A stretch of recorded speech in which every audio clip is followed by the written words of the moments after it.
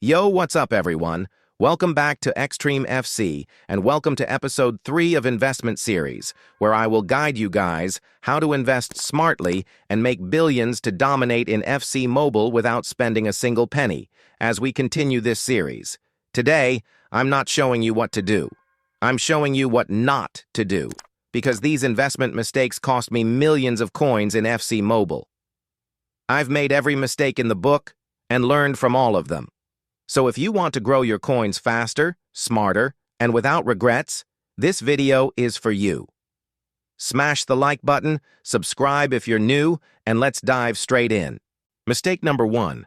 Thinking early buys are always bad. Okay, so here's a big one. People say, don't buy players early during an event. But the truth is, buying early can actually be the smartest move, if you know what you're doing. When a new event drops, there's a huge panic sell as players open packs and dump cards. Prices tank hard in the first 2 to 4 hours. That's your window. For example, when UTOTS dropped, almost every UTOTS players started from 1 to 2 billion coins, but now if you check every UTOTS, players cost more than 2 billion coins, and they give more than $1 billion profit. I used to wait too long thinking prices would keep dropping, but in reality, good cards recover quickly, especially the meta or SBC useful ones. So the mistake here is missing the early crash window because of overcaution. Solution: watch the market closely. If a card drops 40 to 50% on event day and it's usable, that's your buy signal. Mistake number 2, investing without demand research. One of my worst investments ever was buying 30-plus cards of a random fullback who looked good stat-wise, but nobody used him. Not in SBCs, not in meta teams, nothing. I just assumed he'd go up, but I didn't check demand. Cards only rise when people need them, whether it's for SBCs, teams, or links. Before investing, ask yourself, is this player usable in current formations? Is he required for any exchanges? Does he link with top meta players? Don't invest based on stats or OVR alone. Do your demand research first. Mistake number 3, buying the hype at its peak. Let's talk about hype, probably the fastest way to lose coins if you're not careful. You see, when Lamine Yamal won Euros last year, his 88 OVR Euro card, which was probably between 1 to 2 million coins, skyrocketed to 18 million, and his ranked-up versions were like 25 million to 30 million. When I saw that, I barely knew about investment and tried buying the card during its peak hype, and I bought nearly 12 cards. After 1 week, his price went down to 6 million, and I had wasted 216 million coins on him. Here's the rule. If everyone's already talking about a player, it's probably too late to invest. You buy before the hype, sell during the hype. Always watch real-world matches, leaks, and upcoming SBC predictions. That's where hype starts.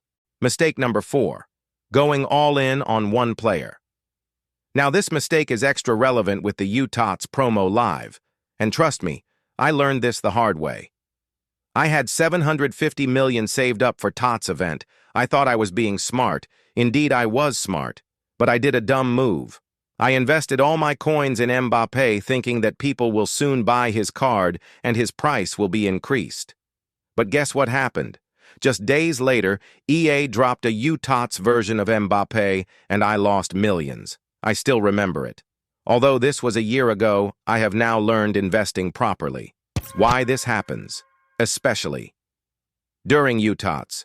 During UTOTS, new top-tier cards are being released constantly. Even the strongest cards from TOTI, UCL, or earlier TOTS promos can quickly become outdated. The hype around UTOTS creates huge competition. Every day there's a new must-have player. So the card you thought would rise suddenly doesn't look as appealing anymore. Power creep hits harder than ever. Every new card has better stats, chemistry links, or just better hype. Why going all in is risky. If that one player drops, your entire coin stash tanks with it. You lose flexibility. You can't make moves if better investment opportunities show up. You get emotionally attached to the card and hesitate to sell, even as losses stack up. What to do? Instead, If you have 1 billion coins, split it. Here's a smarter layout.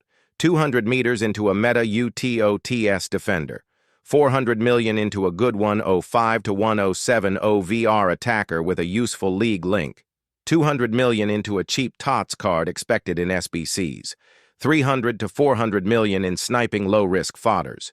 Keep remaining in reserve for sudden flips or crash buys. This way, even if one investment flops, others might rise. You spread the risk, and you stay in control. Mistake number 5, panic selling. During dips. This mistake is so common, I still sometimes do it. The moment prices dip, our first reaction is, sell before it drops more. But usually, that's a mistake. Prices often drop after events like division rivals or weekend tournaments because people dump reward cards. But guess what? Those same cards usually go back up mid-week. I've panic sold cards at 15 million coins only to see them go back to 33 million coins a few days later. Solution: understand market cycles. If there's no real reason for the price crash, like new packs or replacements, just hold. Be patient. Look, I've made every one of these mistakes, and probably more, but every loss taught me something. Today, I make smarter investments, I stay patient, and I never panic sell just because I see red numbers. That mindset has helped me earn millions of coins without spending real money. Let me know in the comments, what's your biggest investment fail in FC Mobile? And do you want episode 4 of this series? Smash the like button, subscribe for more tips, and I'll see you in the next one.